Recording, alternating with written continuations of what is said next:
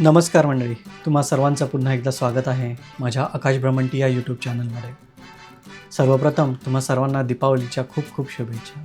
आजच्या या भागात आपण पाहणार आहोत मुंबई गोवा मार्गाची काही आकाशातून टिपलेली सुंदर अशी मनमोहक दृश्य. खरं म्हटलं तर हा महामार्ग म्हणजे शापित महामार्ग म्हटलं जातं. त्याचं कारणही तसंच आहे. गेले कित्येक वर्ष या महामार्गाचं नूतनीकरणाचं काम रखडलेलं आहे. कोकणातला चाकरमानी गणपती आणि शिमगा उत्सवाला या खड्डेयुक्त महामार्गातून प्रवास करत करत कसा नाही कसा तरी आपल्या गावी पोचतो. पण कालांतराने थोडीफार सुधारणा झालेली आहे.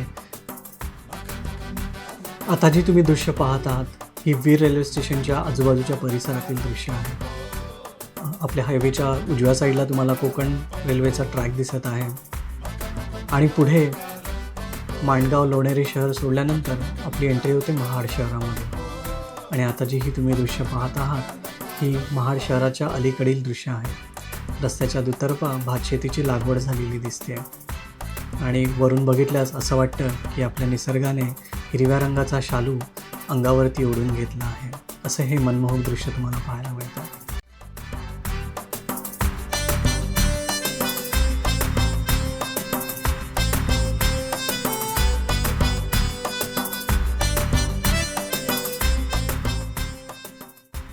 आता ज्या तुम्ही या लेण्या पाहत आहात ह्या गांधारपाले येथील लेण्या आहेत आणि या लेण्या महाड तालुक्यातच येतात. याचा इतिहास असा आहे की इसवी सन 130 या साली कंबोज वंशीय राजा विष्णू पालित याचं या गावावरती राज्य होतं आणि त्याच्या या कालखंडात ह्या लेण्या बांधल्या गेल्या आहेत असं उल्लेख आहे. या लेण्यांमध्ये बहुतांश ह्या बौद्ध धर्मीय लेण्या आहेत, त्याच्याबरोबर जैन आणि हिंदूंच्या सुद्धा लेण्या आहेत. आणि या गावाचं पूर्ण पहिलं नाव होतं पालीपट्टण आणि त्याचा अपभ्रंश होऊन या गावाचं नाव झालं गांधारपाले.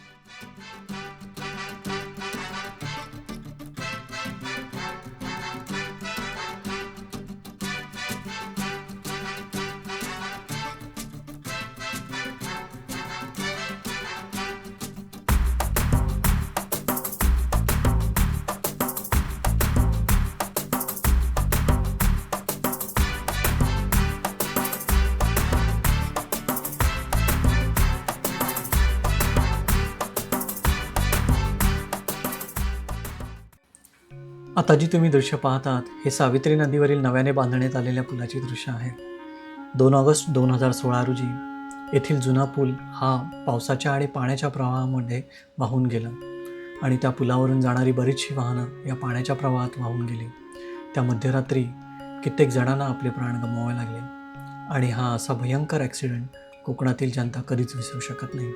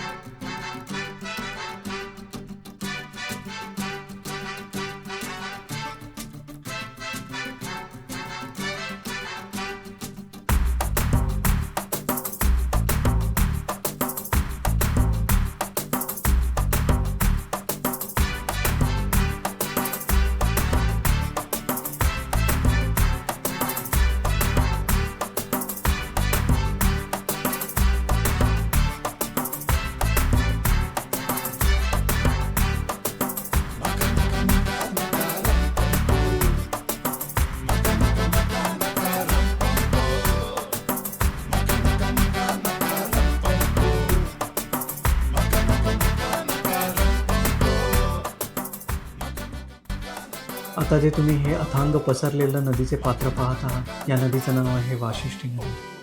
ही नदी चिपळूण शहरालगत जाऊन अरबी समुद्राला मिळते.